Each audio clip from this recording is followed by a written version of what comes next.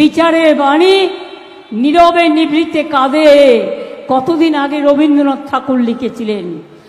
Total রায়টাকে আমরা challenge করছি, তার কারণ 26,000 ছেলে মেয়ে মানে প্রায় 1.5 লক্ষ 2 লক্ষ পরিবার।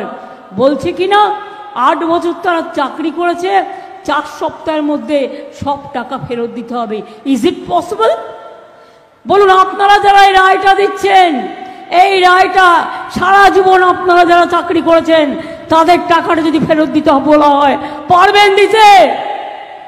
মনে রাখবেন, সারা ভারতবর্ষে বেকারের সংখ্যা হু করে বাড়ছে, আর আমরা যাদের চাকরি দিচ্ছি আপনারা আপনাদের আইনের খোঁচায় এই অর্ডারটা বেআইনি অর্ডার।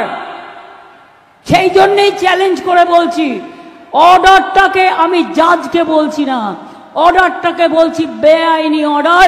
আমরা এটা নিয়ে